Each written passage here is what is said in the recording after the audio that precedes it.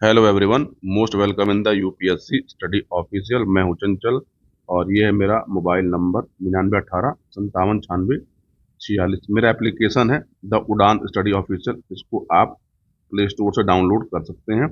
अब बहुत सारी जानकारियां, बहुत सारी सुविधाएं, बहुत सारे टेस्ट पेपर आपको इस पर देखने को मिलेंगे। इसका लिंक भी है, आप उस लिंक से डाउनलोड कर सकते हैं या डायरेक्ट आप प्ले स्टोर से भी इसको डाउनलोड कर सकते हैं।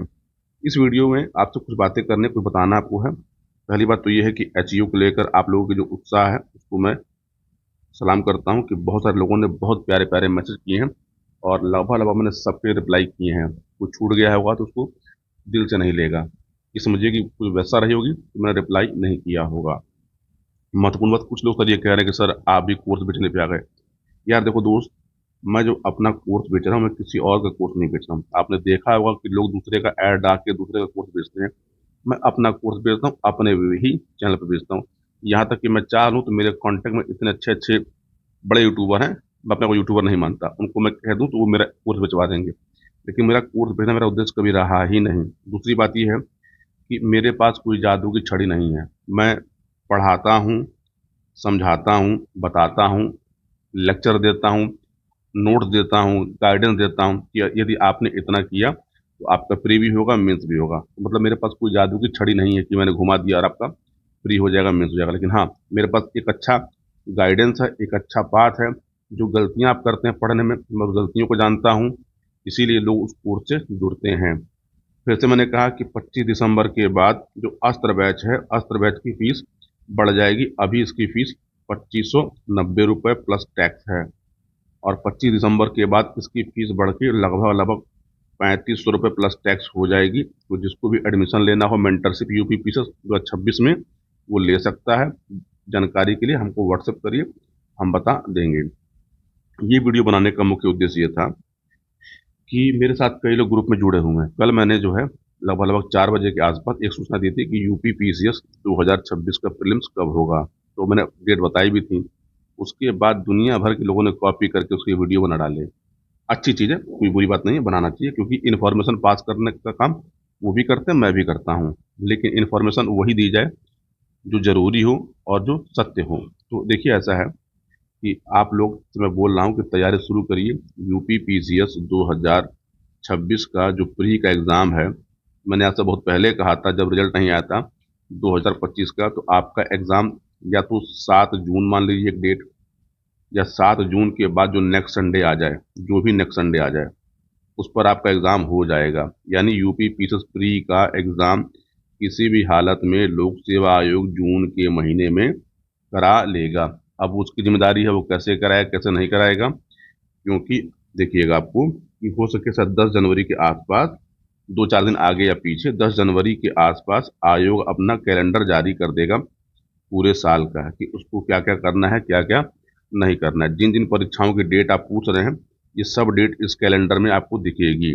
ठीक। दूसरी बात, मुझसे बहुत लोग पूछ रहे हैं कि सर यूपी पीसीएस 2025 का मेंस कब होगा। मैंने आपसे बहुत पहले बताया था कि यूपी पीसीएस 2025 का मेंस मार्च लास्ट में होगा। ये डेट लगभग लगभग फाइनल मान के चलिए। यदि आप मेंस दे रहे हैं तो किसी छलावे, किसी बहकावे मत रहिए। मैं कहता हूँ कि आप 20 मार्च की डेट मान लीजिए। अगर 20 मार्च में पेपर नहीं हुआ तो ये पेपर शायद 31 मार्च से हो जाए, चाहे 4-5 अप्रैल से हो जाए। लेकिन ये पेपर इसी 15-20 दिन के अंतराल पे आयोग कराएगा। ये मत सोचिए कि 24 का रिजल्ट आएगा फिर इंटरव्यू कराएगा फिर ये कराएगा। ये उनकी जिम्मेदारी है, ये आपकी जिम्मेदारी नहीं है। आपकी जिम्मेदारी केवल पेपर देना है। मेंस 2024 का जो रिजल्ट है, आप यह मान के चलिए कि आपका रिजल्ट जो है फरवरी के दूसरे सप्ताह, सेकंड वीक में आ जाएगा। यानी रिजल्ट आपका जो है 10 से 15 या फिर 5 से 15 फैब के बीच में आपको रिजल्ट देखने को मिलेगा। रिजल्ट आने के ठीक एक हफ्ते बाद, यानी एक वीक बाद, आयोग आपसे इंटरव्यू करा लेगा। इंटरव्यू के पास, उसके पास मेंबर हो गए हैं, वो ठीक ठाक मात्रा में इंटरव्यू आपकी करा लेगा। ये आपको परेशान होने की जरूरत नहीं है। दूसरी महत्वपूर्ण बात कि एचईओ के लिए जो है, मुझसे बहुत लोग पूछते सर एलिजिबिलिटी क्या है क्या नहीं है। तो देखिए, एलिजिबिलिटी मैंने एक वीडियो बनाया था आज दोपहर के 12 बजे के आसपास। इसका नोटिफिकेशन जारी हो जाएगा, तो नोटिफिकेशन जारी होने के बाद पता चल जाएगा कि इसकी एग्जैक्ट एलिजिबिलिटी क्या है, कि इसमें कंप्यूटर रखा गया है कि नहीं रखा गया है। मुझे लगता है कंप्यूटर की जो डिग्री होगी वो बस केवल डिग्री कोई नहीं होगी, बस होगा कि आपको कंप्यूटर का ज्ञान होना चाहिए, यही होगा। क्योंकि ऑफिसर लेवल पे कंप्यूटर डिग्री जल्दी मांगी नहीं जाती हैं। बाकी देखिए, भर्ती 20 साल बाद आ रही है। 20 साल बाद में क्या क्या परिवर्तन हुए हैं, इसके लिए आप कुछ घंटे वेट कर लीजिए, सबको पता चल जाएगा कौन एलिजिबल है कौन एलिजिबल नहीं है। पिछली बार जब भर्ती आई थी तो याद रखिएगा, इसका जो पेपर हुआ था उसमें 50 क्वेश्चन जीएस के आए थे, 50 यूपी के आए थे और 50 हेल्थ से आए थे। अब इस बार इन्होंने सिलेबस में क्या रखा है, तो ये अभी सिलेबस आपको कुछ घंटे बाद देखने को मिल जाएगा।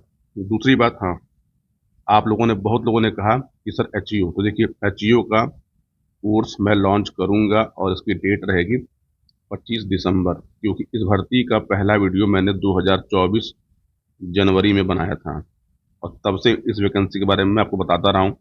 ये वैकेंसी आएगी, शानदार वैकेंसी है। इसका काम जो होता है, जो प्राइमरी हेल्थ सेंटर होते हैं, कम्युनिटी हेल्थ सेंटर होते हैं, या फिर आप ये समझिए कि आपके कस्बे के जो सरकारी अस्पताल होते हैं, यह व्यक्ति वहाँ बैठता है और ये इसका मेन काम क्या है कि स्वास्थ्य के क्षेत्र में एजुकेशन को प्रमोट करना, यानी ये हेल्थ एजुकेशन का प्रमोटर समझ लीजिएगा। ठीक, बहुत सारे काम जो होता है कि राज्य सरकारें या फिर भारत सरकारें या फिर जो संस्थाएं होती हैं जो हेल्थ के सेक्टर में अवेयरनेस का काम चलाती हैं, उस काम को करने का मुख्य दायित्व जो होता है वो एचईओ पे होता है और ये ब्लॉक लेवल का अधिकारी होता है।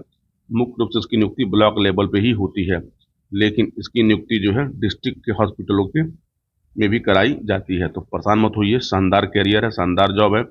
पहले इसकी सेवा नियमावली नहीं थी, लेकिन अब इसकी सेवा नियमावली बन चुकी है, तो अब इसमें आपको प्रमोशन के अवसर भी अच्छे मिलेंगे। तो एक शानदार पद है। बाकी आपको जो करना है वो करिए, मेरे वीडियो ऐसे ही आएंगे और जितने आपको मेरे पास जानकारी होगी उतना उपलब्ध मैं आपको करा दिया करूँगा। फिर से मैं बोल रहा हूँ कि देखिए, यदि आप 4-5 साल से पेपर दे रहे हैं यूपी पीसीएस का, आपका प्री नहीं हो रहा है, देखिए कुछ समस्या है, कुछ समस्याओं के कारण आपका प्री नहीं होता है। मेरा अस्त्र बैच जो है वो इसीलिए डिजाइन किया गया है। अस्त्र बैच में मैं मेंटरशिप देता हूँ, वीडियो लेक्चर देता हूँ, नोट्स देता हूँ, उसके बाद आप पढ़िए। ना हो पीटी तो बताइए। देखिए, मैं एक मेंटोर हूँ, तो मेरे साथ भी आपको पढ़ना ही होगा, बिना पढ़े नहीं होगा, ये साफ साफ लिख लीजिए। बाकी मुझसे लोग कहते हैं सर फीस बहुत ज़्यादा है, तो भाई साहब एक बात समझिए, आप अन्य जो बड़ी बड़ी कोचिंग है जहाँ पे आप 1 लाख, 1.5 लाख, 2.5 लाख लेके जाते हैं, आपने कभी नहीं कहा फीस कम करिए। मैंने फीस जो रखी है वो जेन्युइन है।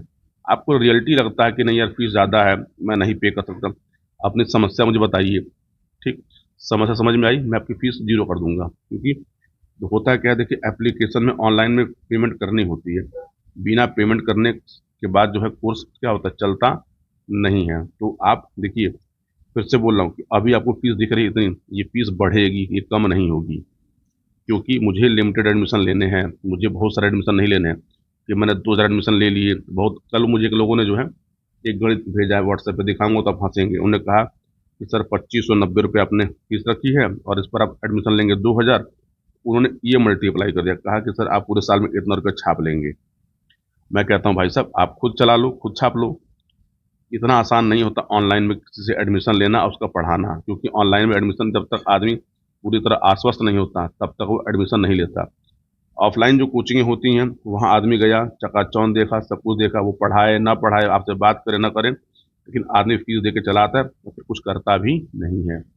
मैं साफ साफ बोलता हूँ कि आपने मुझे पेमेंट किया है, मेरी जिम्मेदारी है कि आपको समय पर चीज़ें मिलें और आपको मैं एक बढ़िया गाइडेंस दूँ जिसको आप पढ़ के पीटी निकाल सकते हैं।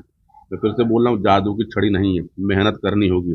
अच्छी बात है कि मेरे पास इसमें जितने भी एडमिशन हो रहे हैं, मैक्सिमम लोग वर्किंग हैं, मैक्सिमम लोग वर्किंग आ रहे हैं, या तो वर्किंग आ रहे हैं या तो एकदम फ्रेशर आ रहे हैं।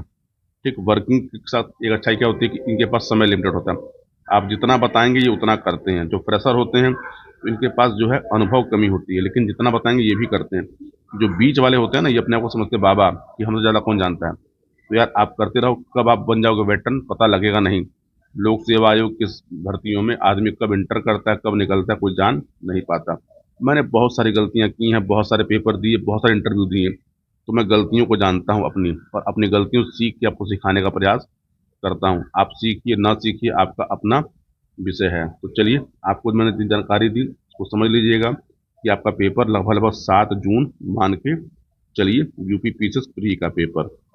ठीक, R O A R O की जो भर्ती है वो जुलाई में ही आएगी, अभी नहीं आएगी। और पीसीएस 2026 में भी सीटों की संख्या 900 प्लस रहेगी। अगर आपने बीएड किया है तो ये आपके लिए जान लीजिएगा एक अवसर है, क्योंकि शिक्षा विभाग से सबसे बड़ी भर्ती इसी साल आपको देखने को मिलेगी। यदि आप अध्यापक हैं, सरकारी अध्यापक हैं, आपको अधिकारी बनने की इच्छा हो तो तैयारी शुरू कर दीजिए, क्योंकि आपके पास अच्छे अवसर मिलने को हैं। जल्दी दोबारा अवसर ज़िंदगी में मिलते नहीं हैं। तो सीटों की संख्या भी ठीक रहेगी। तैयारी करिए, पढ़िए। आप मत मत मेरा कोर्स लीजिए, किसी और का ले लीजिए, लेकिन पढ़ाई करिए। बिना पढ़े नहीं होने वाला। हर व्यक्ति पढ़ा रहा होता है, मैं बताता हूँ पढ़ना कितना है, पढ़ना कैसे है, किसको पढ़ना है, किसको नहीं पढ़ना है। तो चलिए, मुलाकात होगी अगले वीडियो में। पूरा वीडियो देखने के लिए आप सभी को बहुत बहुत धन्यवाद। मन करेगा तो चैनल को सब्सक्राइब आप कर लीजिएगा।